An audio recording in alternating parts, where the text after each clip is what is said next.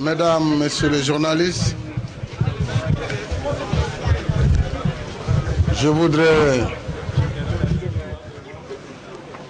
à la suite de la tenue du Conseil des ministres délocalisé de Diourbel,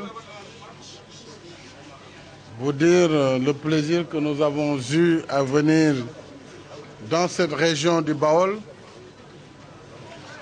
après avoir été reçus hier par le Khalife général des Mourides qui nous a honorés, un accueil populaire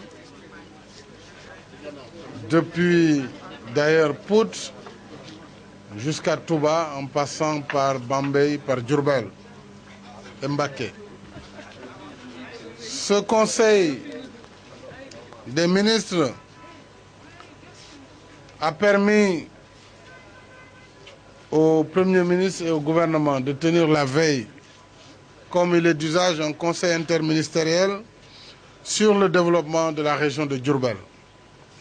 D'importantes mesures y ont été prises et le porte-parole du gouvernement reviendra avec vous sur les projets majeurs qui ont été retenus par le gouvernement et qui seront mis en œuvre dans les prochaines années, mais déjà à partir de 2013, dans le cadre du BCI 2013 et du programme triennal d'investissement public, le PTIP, nous pourrons mettre en œuvre ces projets très importants qui touchent d'abord la capitale Diourbel, qui manque d'infrastructures.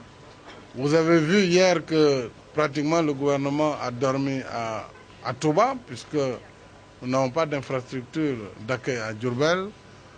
Au plan de la voirie, au plan de l'assainissement, au plan des espaces publics, au niveau des infrastructures pour la jeunesse, la santé, des efforts importants seront réalisés très prochainement.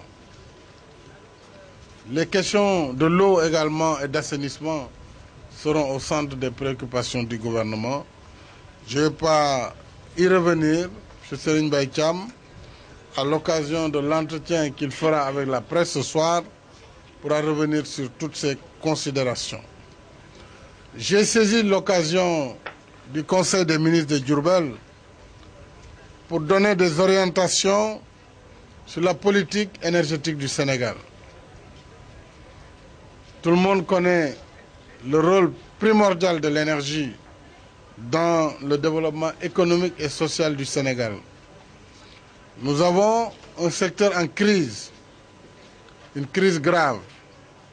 Le constat a été fait. La production d'électricité est très peu diversifiée dans notre pays et elle reste dominée principalement par une source thermique qui utilise des produits pétroliers dont l'évolution erratique des prix ne met pas à l'abri le Sénégal à la merci de ces variations. Il y a malgré tout la persistance des délestages qui sont revenus ces jours-ci. Nous le vivons avec beaucoup de dommages pour les ménages et pour les entreprises.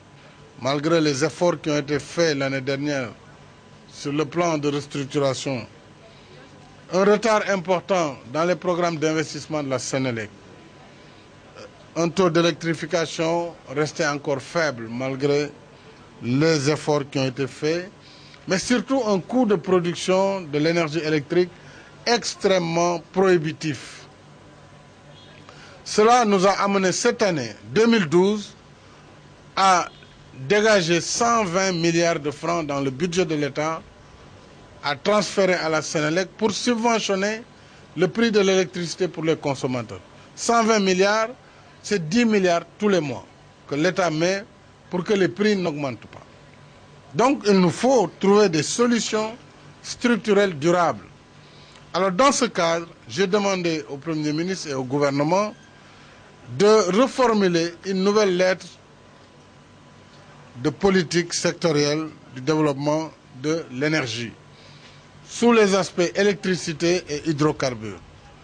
Pour l'électricité, j'ai déjà prôné le mix énergétique avec un certain nombre d'indications qui devront privilégier dans les années à venir d'abord l'échange énergétique avec la Mauritanie qui a aujourd'hui une perspective à travers son jugement de gaz.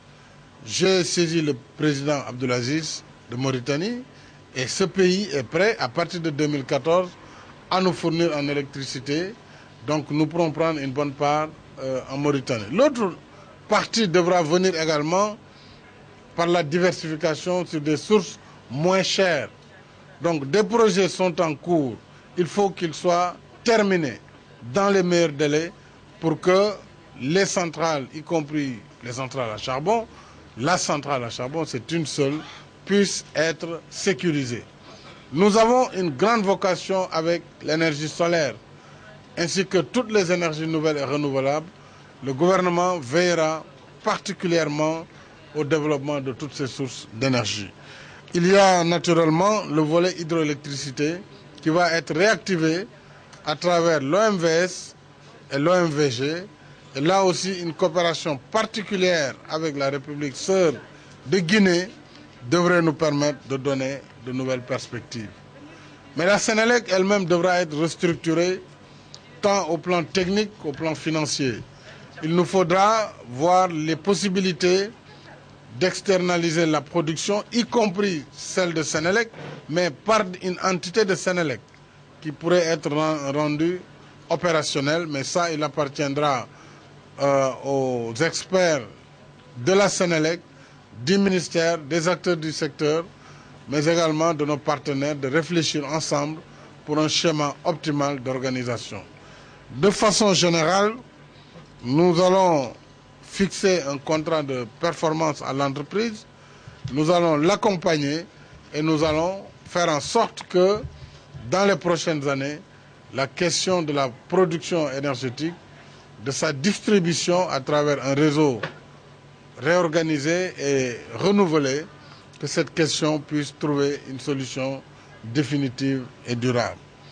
S'agissant maintenant des hydrocarbures, là aussi, j'ai instruit le gouvernement pour regarder la transparence dans le secteur, pour lutter contre les monopoles de fait, que ce soit au niveau du stockage, au niveau de la distribution, et également que les rapports dans le raffinage soient clarifiés entre l'État du Sénégal et la SAR. Tout cela est contenu dans la réflexion que j'ai indiquée qui sera à votre disposition tout à l'heure pour que cette information soit connue et que le gouvernement tienne compte de ces nouvelles orientations que je viens de fixer et qui devront marquer la gouvernance du secteur de l'énergie.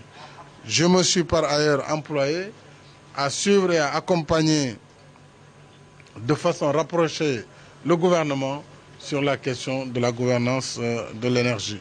Voilà ce que je tenais à vous dire et je souhaite que les services puissent mettre cette déclaration sur les orientations à la disposition de la presse.